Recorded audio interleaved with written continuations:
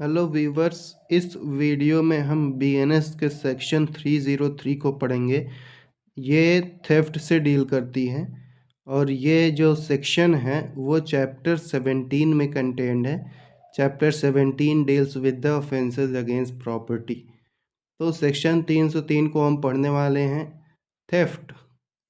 अब इस सेक्शन को हम बेयर एक्ट की लैंग्वेज में नहीं पढ़ेंगे, इसे आसान भाषा में समझेंगे।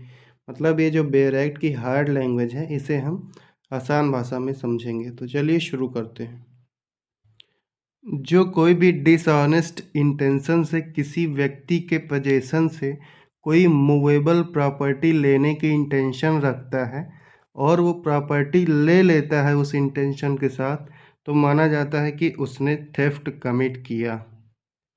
फिर से देखते हैं, अगर कोई भी व्यक्ति जो है वो डिसऑनेस्ट इंटेंशन के साथ किसी दूसरे व्यक्ति के पोजेशन से मूवेबल प्रॉपर्टी लेने की इंटेंशन रखता है और उस प्रॉपर्टी को मूव कर देता है उस प्रॉपर्टी को लेने में, तो ऐसा माना जाएगा कि उसने थेफ्ट कमिट किया। अगर उसने वो प्रॉपर्टी मूव किया है विदाउट दैट पर्सन कंसेंट, तो ये थेफ्ट की डिफिनीशन हो गई। अब एक्सप्लेनेशन देखते हैं।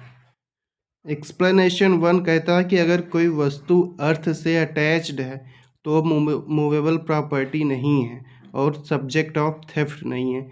लेकिन अगर ये सिवर्ड कर दी जाती है, मतलब अगर अर्थ से ये अनअटैच कर दी जाती है, अर्थ से निकाल दी जाती है, तो ये थेफ्ट का सब्जेक्ट मैटर बन जाता है और इसकी थेफ्ट हो सकती है। तो ये एक्सप्लेनेशन 1। एक्सप्लेनेशन टू देखते हैं।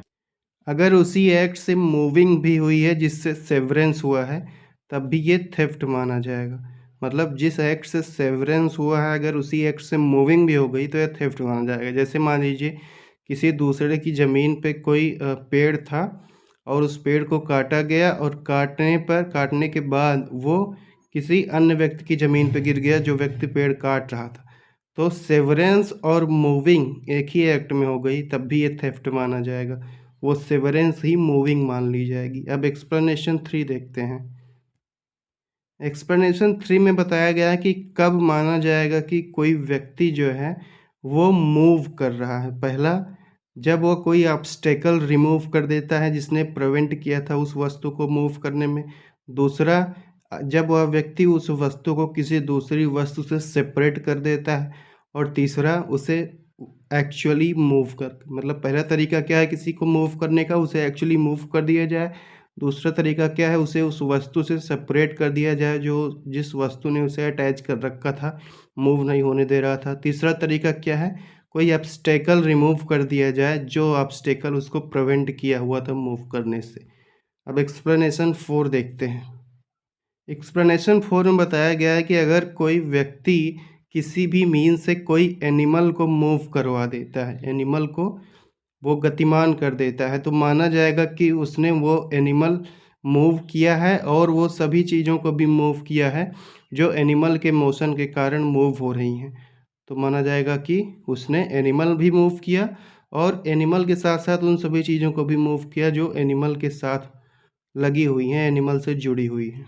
जैसे मान लीजिए किसी ने रोटी दिखाकर कुत्ते को गतिमान किया, कुत्ते को अपनी तरफ बुलाया और कुत्ते के गले में एक चेन थी सोने की, तो माना जाएगा कि उसने कुत्ते के साथ साथ उस चेन को भी मूव किया, उस चेन की भी चोरी की। चोरी नहीं, केवल मूव की बात की जा रही है, उस चेन को भी मूव किया माना जाएगा। अब एक्सप्लेनेशन 5 देखते हैं।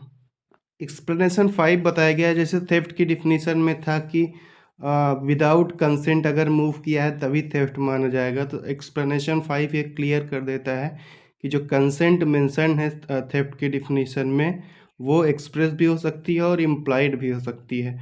और वो जो कंसेंट है वो उस व्यक्ति के द्वारा भी दी जा सकती है जो पोजेशन में है, या उस व्यक्ति के द्वारा दी जा सकती है जिसके पास अथॉरिटी है, या तो एक्सप्रेस या इम्प्लाइड अथॉरिटी है कंसेंट देने की, उस व्यक्ति के द्वारा भी दी जा सकती है। तो ये हमने थेफ्ट की डिफिनीशन समझ लिया और ये सेक्शन 303 आईपीसी का कंप्लीट हो गया। Thanks for watching.